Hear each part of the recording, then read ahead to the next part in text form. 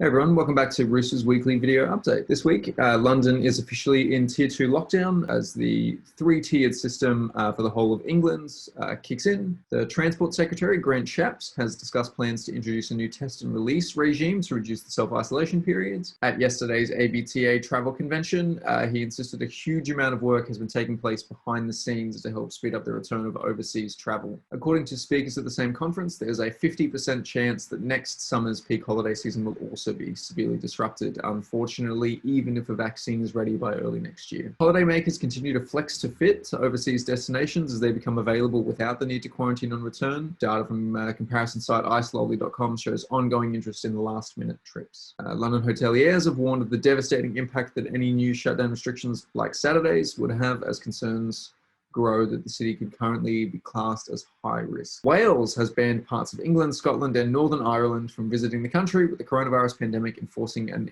internal border on the UK, which will actually come into force at 5 p.m. tomorrow. The Irish government has removed all remaining countries from its green list. Consumer spending continued to rise in September with a spike in back-to-school shopping and panic buying. Figures from Barclaycard reveal a 2% growth overall, with the biggest increase 15% on supermarket spending. This comes as a quarter of Brits admit to stockpiling items like tin food and toilet roll, again in anticipation of further lockdown restrictions. And Visit Britain continues to track consumer sentiment on travel, with some current findings such as 58% of the UK adult population don't believe life will return to anything like normal before June next year, and only 5% of us believe there will be some normality by December this year. Hotels were the most popular type of accommodation for trips in September, and countryside or village and city or large towns were the main destination types for a holiday taken in September. 51% of Brits are concerned about the restrictions on travel by the government as the number one reason for not traveling and not taking an overnight trip this autumn.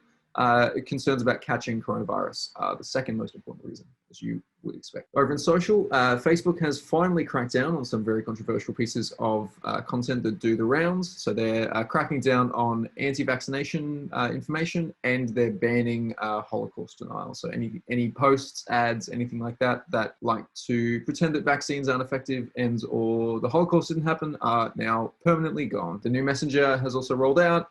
We touched on it last week.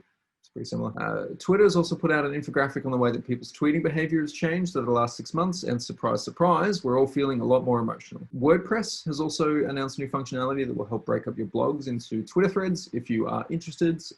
Personally, I would suggest that you do it kind of manually. It's a bit of a weird process. Having said that, I haven't tried the tool. Let us have a play and come back. And TikTok is apparently incapable of avoiding the headlines because it's just been banned in Pakistan, which you might recall is India's neighbor. In a nice sort of mix-up though, the Islamic Republic has banned the app for immoral and indecent content rather than for any national security concerns. In the unstoppable shift to e-commerce, YouTube's testing product tags in certain videos to enable direct shopping on the platform. I think infomercials, but on demand. The internet becoming a mature medium and realizing that TV can't kind of figure it out. And a new report has also highlighted that Snapchat and TikTok are outpacing Instagram for teen audience growth, with Snapchat actually coming first over TikTok. It does have a small percentage point lead on Instagram. That's all from us this week. Feel free to read the rest of the article as per usual, and don't forget to stay tuned next week. Cheers.